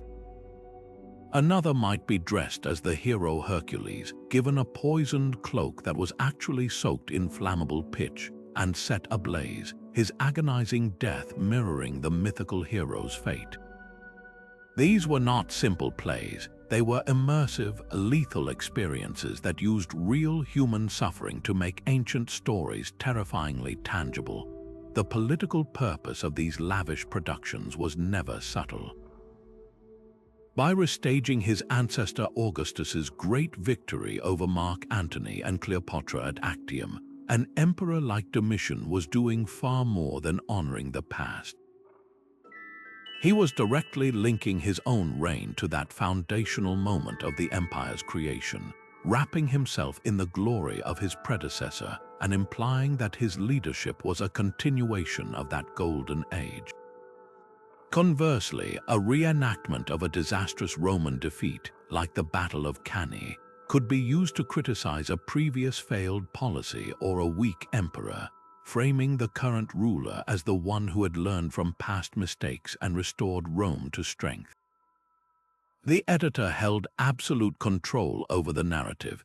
He could rewrite history in real time, emphasizing certain details, omitting others, and ensuring that every story, whether drawn from history or myth, ultimately served to glorify his regime and reinforce the values he wanted to promote. This blurring of lines between reality and fiction was a masterstroke of psychological manipulation. For the audience, watching a legendary tale they had heard since childhood unfold before their eyes with such visceral realism was an overwhelmingly powerful experience. It collapsed the distance between the mythical past and the living present, making the gods, heroes, and great leaders of old feel immediate and real.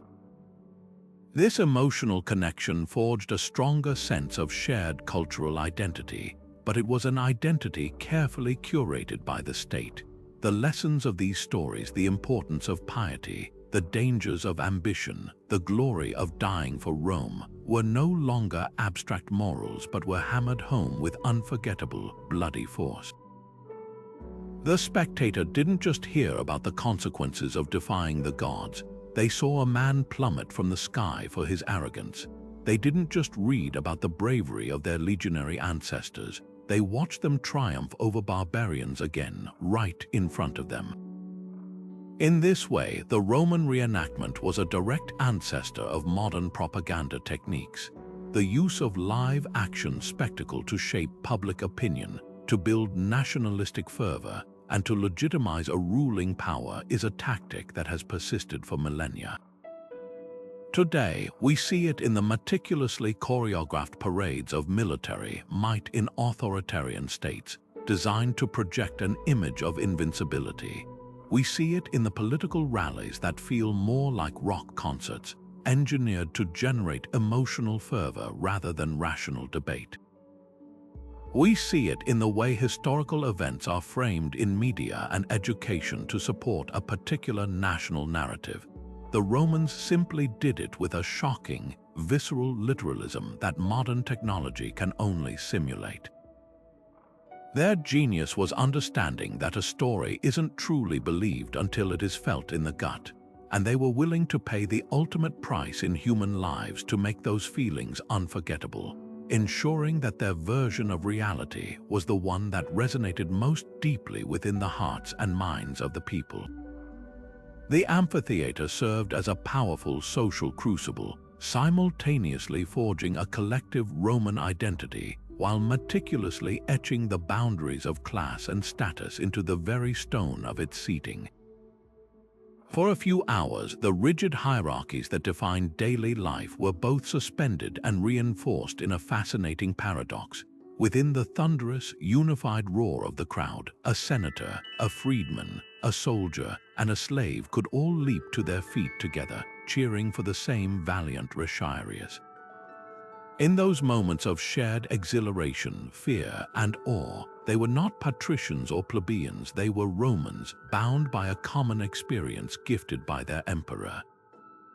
This collective catharsis created a temporary but potent sense of community, a feeling of belonging to something vast and powerful that helped smooth over the daily frictions and inequalities of urban life.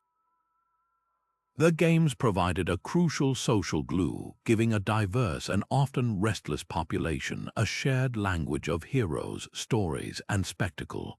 Yet this unifying experience was carefully constructed upon a foundation of absolute segregation. The architecture of the amphitheater was a literal map of Roman society. The best views on the cushioned seats of the podium directly at the arena's edge were reserved for the emperor, his family, the Vestal virgins, and senators, often shaded by the vast velarium awning. Behind them sat the equestrian order, the wealthy upper class, followed by the ordinary Roman citizens. The highest, farthest, and least desirable tiers were for the poor, for women, and in some cases for slaves. You did not need to read a law to know your place in the world. You simply found the numbered entrance corresponding to your ticket and took the seat your social rank dictated. This visible, unchallengeable hierarchy was a constant, silent reminder of the social order. Everyone was watching the same show, but they were experiencing it from profoundly different vantage points, both physically and symbolically. This deliberate separation extended beyond mere seating. The treatment of each group differed drastically. The elite enjoyed amenities like shade, closer access to refreshments, and the prestige of being seen in the company of power. They were not just spectators, they were part of the display, their fine clothes and dignified reactions themselves a performance for those looking down from above. For the masses in the upper tiers, the experience was one of distance and exposure. The figures in the arena were smaller, the details harder to discern, and they were fully exposed to the elements. This differential treatment reinforced the status quo by making social inequality a tangible, accepted part of public life.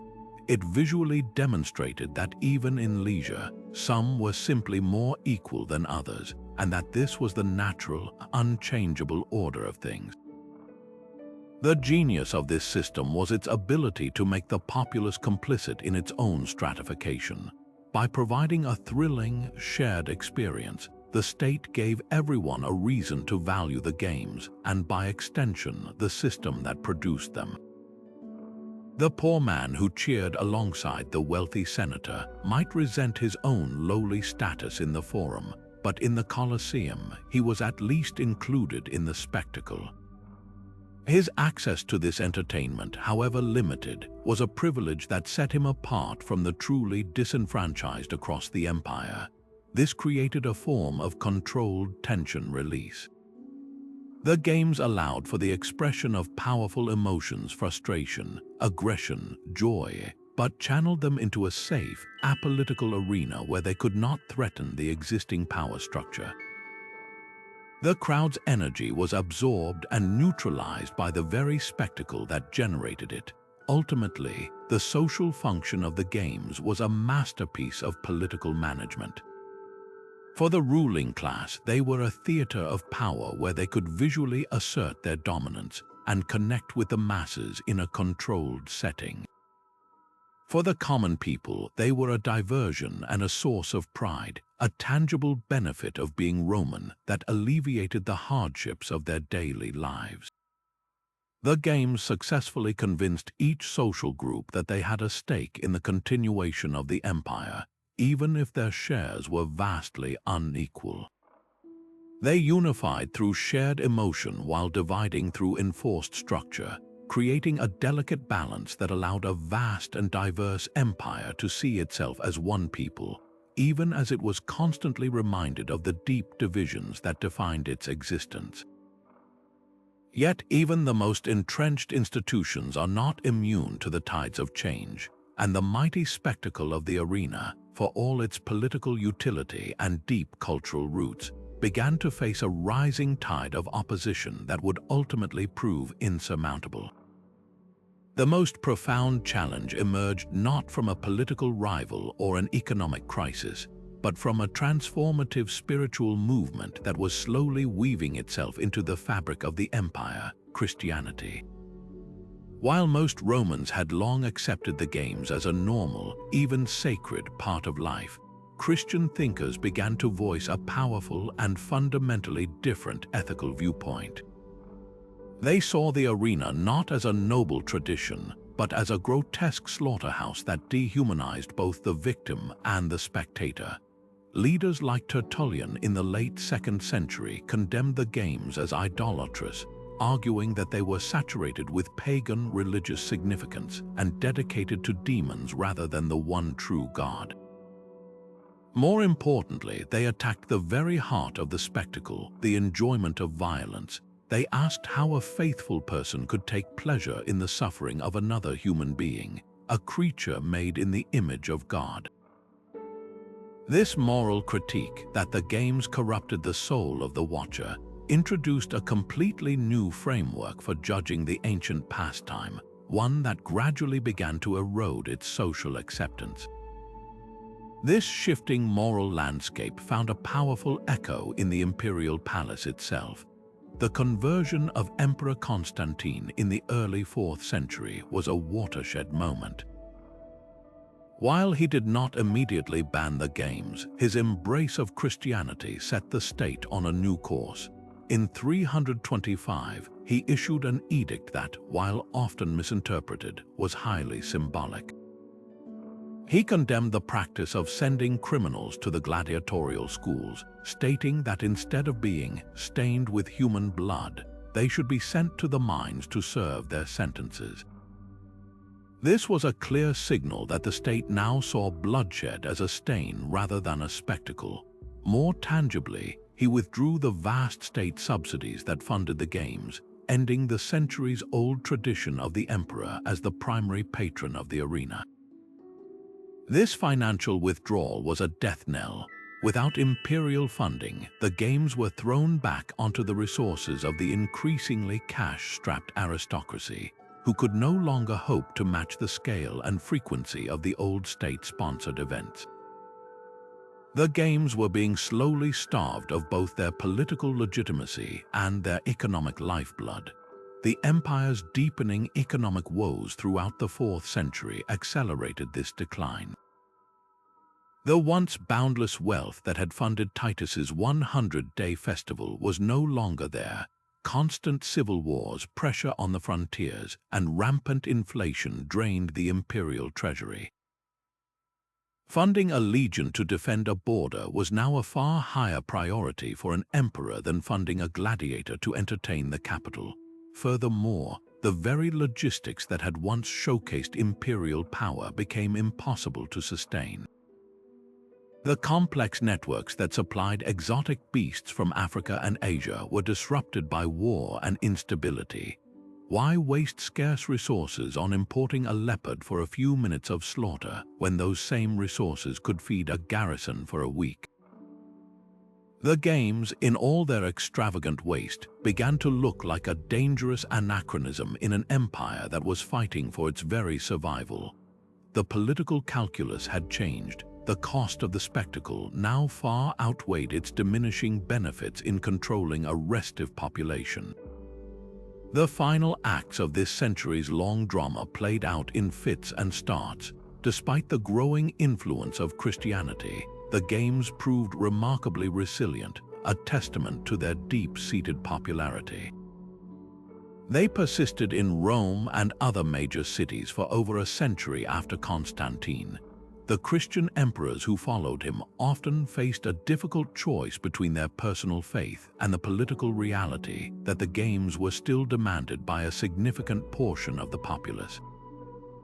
The last known gladiatorial games in the city of Rome were held on January 1st, 404, but even this was not an absolute end.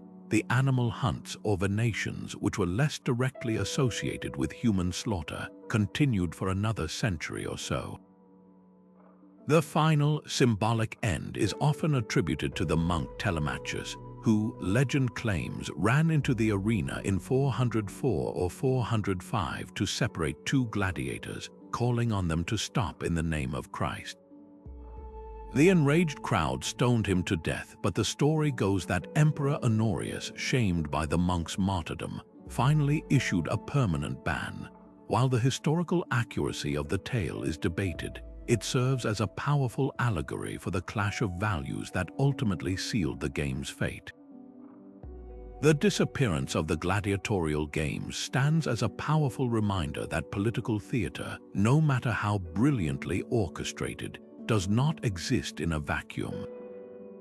It is a creature of its time, dependent on a specific alignment of economic means, cultural values, and political will.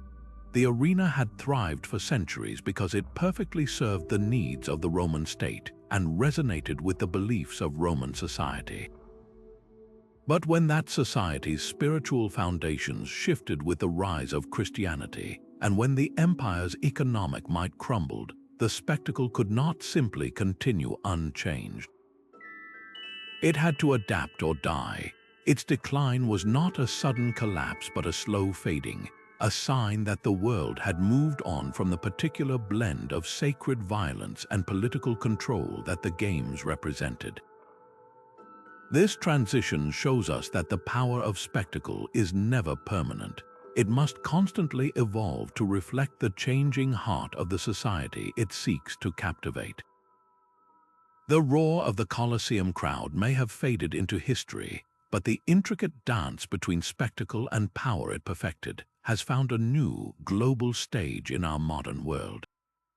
We no longer gather to watch gladiators, but we are constantly surrounded by events and media that perform the same essential function, capturing our attention, shaping our emotions, and reinforcing the authority of those who control the show. The tools have evolved from trumpets and trapdoors to 24-hour news cycles and social media algorithms, but the underlying psychological playbook remains strikingly familiar. Today's political rallies are a prime example, meticulously choreographed for maximum emotional impact. The choice of venue, the soaring music, the carefully positioned flags, and the perfectly timed applause all serve to transform a speech into a sensory experience. The leader stands at the center, not in an imperial box, but on a podium, bathed in light and adulation, performing the role of a strong, decisive figure who alone can provide security and victory. The crowd's unified cheers are not just support, they are a form of social proof, a visual and auditory spectacle designed for the cameras, meant to project an image of overwhelming popularity and inevitable success to the wider public watching at home. This modern-day bread and circuses strategy has expanded far beyond the political rally into the very fabric of our consumer culture. The bread is no longer just a grain dole. It manifests in economic promises, tax cuts, and stimulus checks, tangible benefits distributed to maintain public goodwill and quell discontent. The circuses are the endless stream of entertainment that dominates our attention. Blockbuster superhero movies, reality television melodramas, and the constant drama of celebrity culture act as a powerful distraction, absorbing emotional energy that might otherwise be directed towards civic engagement or political scrutiny. The algorithms that govern our social media feeds are the new master editors of ceremony, expertly curating a personalized spectacle that confirms our biases, stokes our outrage, and keeps us endlessly scrolling. They feed us a diet of content that is designed to be engaging, not enlightening, prioritizing emotion over complex understanding in a way that keeps us pacified and passive, much like the Roman citizen who was more concerned with the outcome of the next chariot race than a debate in the Senate. Perhaps the most potent parallel lies in the way modern media, particularly partisan news networks, have adopted the role of the ancient editor, shaping narratives and controlling the public's perception of reality. Just as the emperor decided which gladiator lived or died to display his mercy or severity, media outlets selectively highlight stories, frame issues, and employ symbolic imagery to guide their audience toward a desired emotional and political conclusion. The constant repetition of certain phrases, the use of patriotic graphics, and the creation of easily identifiable heroes and villains are all techniques designed to simplify complex issues into a compelling us versus them drama. This isn't just reporting, it is a form of didactic theater, a moral lesson delivered under the guise of news, telling the audience who to root for and who to condemn. The goal is the same as it was in the arena, to forge a strong in-group identity among viewers and to foster a loyal dependence on the source of the spectacle for their understanding of the world. Recognizing these ancient patterns in our modern environment is not about claiming that history simply repeats itself. It is about developing a critical lens through which to view the spectacles that surround us. It asks us to pause and consider who benefits from the show. When we find ourselves getting swept up in the emotional fervor of a major sporting event that is draped in nationalistic symbolism, or consumed by the latest political scandal that dominates the news cycle for weeks, we can ask the same question a thoughtful Roman might have, cui bono? Who benefits? This awareness is a form of intellectual self-defense. It allows us to appreciate the spectacle for what it is, a performance, while also looking behind the curtain to understand the mechanisms of control and the motivations of the producers. The lesson from the ancient arena is not that spectacle is inherently evil, but that it is inherently powerful. The challenge for a modern citizen is to enjoy the show without becoming a pawn in it, to understand that the emotions we feel are often the intended product of a carefully crafted design, and to ensure that our attention, the most valuable commodity in the new arena, is given wisely rather than simply captured and controlled. For centuries, the inner workings of the gladiatorial games were shrouded in legend and literary fragments, leaving us to imagine the mechanics behind the myth. But the silent stones of the amphitheater have proven to be the most reliable narrators, with archaeology acting as our key to unlocking their secrets. Meticulous excavations, particularly at sites like the Coliseum in Rome and the amphitheater in Pompeii, have peeled back the layers of time to reveal the brutal backstage reality of the spectacle. The most stunning revelation was the vast subterranean world known as the Hypogeum, a labyrinthine network of tunnels, chambers, and ramps hidden beneath the arena floor. This was the engine room of the games, a space buzzing with frantic activity completely invisible to the enthralled crowd above. Here, gladiators would nervously await their turn, stagehands would prepare elaborate sets, and wild animals would snarl in wooden cages, all orchestrated to create the seamless magic of the performance. The ingenious machinery uncovered by archaeologists shows just how calculated this illusion was. A complex system of elevators and counterweights, powered by teams of slaves manning capstans, allowed for the sudden, dramatic appearance of fighters, animals, and even scenery through a series of trapdoors. A lion could erupt from the sand as if by sorcery, or an entire gladiatorial troupe could rise into the spotlight in perfect formation. This technology was not for mere convenience, it was a critical tool of political theater. The emperor's ability to command these astonishing special effects reinforced his image as a master of nature and reality itself, a ruler whose power could make the impossible happen for the pleasure of his people.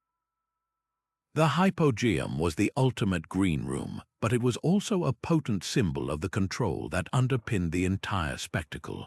Beyond the grand machinery, smaller, more personal discoveries paint a vivid picture of the lives entangled in this system. In the gladiator barracks found in Pompeii, archaeologists uncovered skeletons that tell a story of a harsh, regimented existence. Analysis of the bones reveals a diet heavy in barley and legumes, building a distinctive layer of protective fat, and shows evidence of both horrific, mortal wounds and meticulously healed fractures, proof of access to high-quality medical care for these valuable assets. Inscriptions and graffiti scrawled on walls offer fleeting, humanizing glimpses of a fighter boasting of his victories, a drawing of a gladiator striking a triumphant pose, or a list of earnings tallied and spent. Even the remnants of their equipment, from the heavily plumed helmets of the murmillos to the weighted nets of the rechiarii, speak to the specialized roles and the staggering investment required to outfit each warrior. Perhaps the most poignant artifacts are the simple, everyday objects that remind us these were real people, not just characters in a story. Dice and game pieces found in the barracks hint at how they passed the long hours of waiting, a human need for distraction amidst the grim reality of their profession. The discovery of expensive perfumes and cosmetics suggests that some, particularly the famous stars, cultivated a celebrity image, adorning themselves for their public.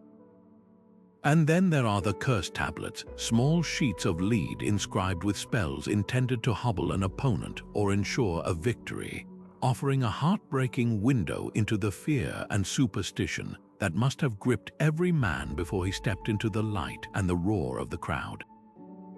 These finds transform our understanding from a monolithic view of gladiators to a nuanced appreciation of individuals navigating a brutal system. Each trowel of dirt turned and each artifact catalogued allows historians to move beyond the grand narratives written by the elite and reconstruct the intricate logistics and social dynamics from the ground up. We can now calculate the immense cost not just in coin, but in human and animal life required for a single day's entertainment.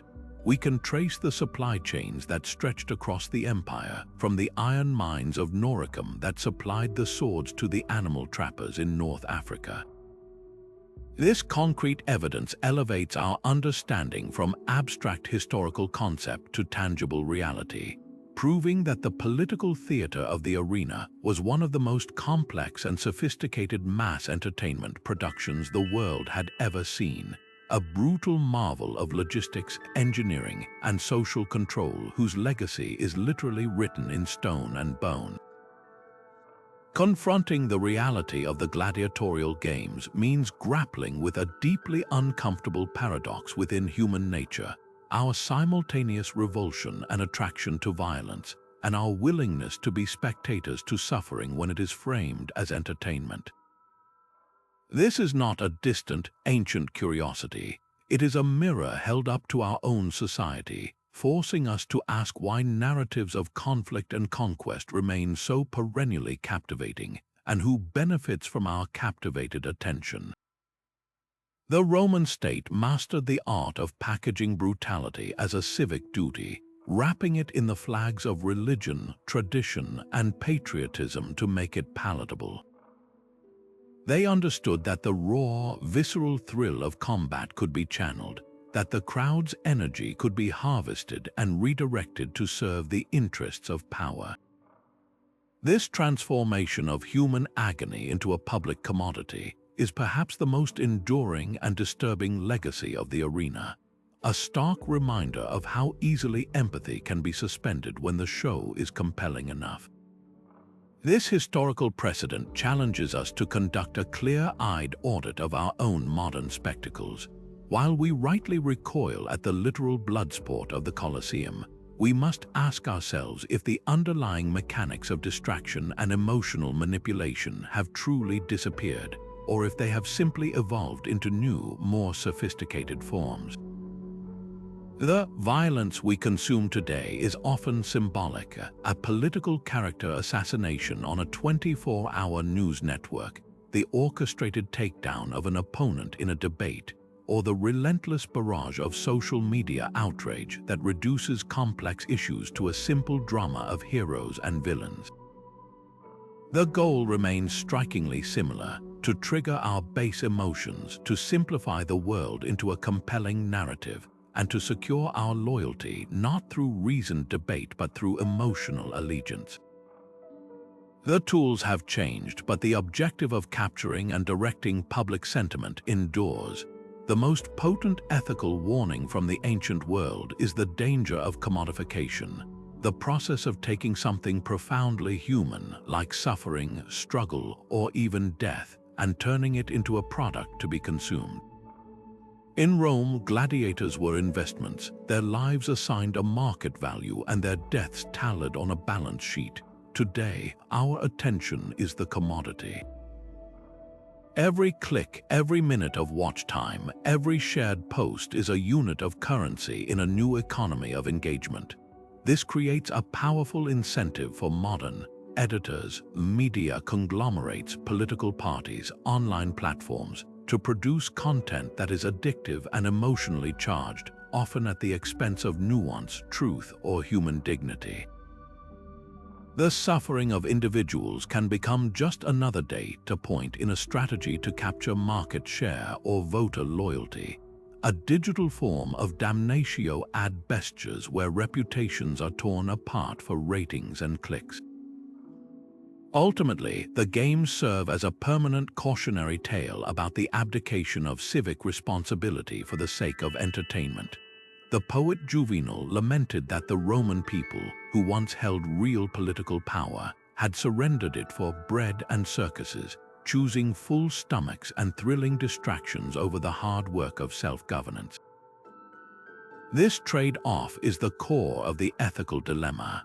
When a population becomes more invested in the spectacle than in the substance of its own governance, it becomes dangerously vulnerable to manipulation. The lesson for us is not to abandon entertainment or passion, but to cultivate a critical awareness of how our attention is being courted and used. It is to ask, in the midst of the digital roar, who is playing the role of the editor in today's arena, what narrative are they crafting, and what they hope we will overlook while we are watching the show. The goal is not to stop the games, but to ensure we never become mere spectators in the political life of our own society. So as the dust settled on the sand and the last echoes of the crowd faded from the great amphitheaters, what remained was far more than the memory of violence and spectacle.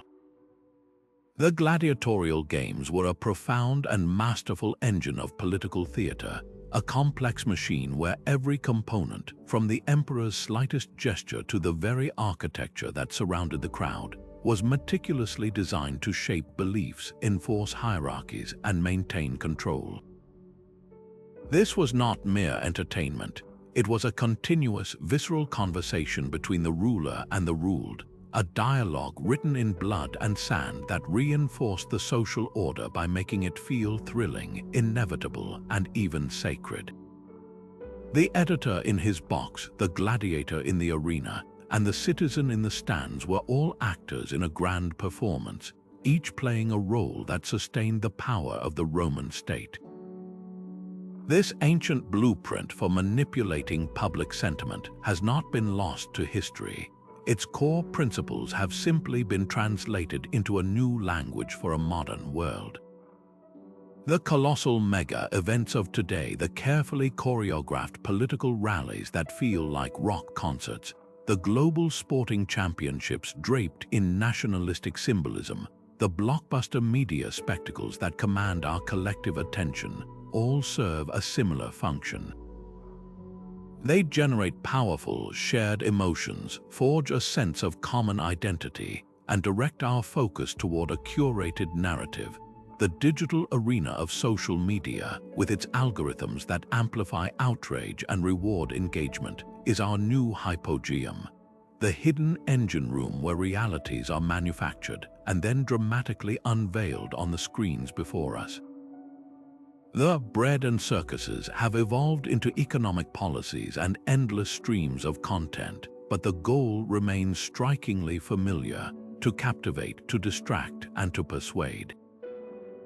The most crucial takeaway from this journey into the past is not to condemn spectacle itself, but to become more conscious consumers of it. The power of these events lies in their ability to bypass our critical thinking and speak directly to our emotions. The challenge for us as modern citizens is to learn to look behind the curtain. When we feel swept up in the collective fervor of a major event, we must pause and ask the same critical question: who is the editor of this show? What story are they trying to tell, and what do they hope we will not notice while we are watching? Understanding the ancient mechanics of the arena gives us a lens through which to decode the spectacles that surround us today, allowing us to appreciate the show without becoming unwitting actors in someone else's political drama. It empowers us to reclaim our attention, the most valuable commodity in any era, and to ensure that our cheers are earned, not engineered.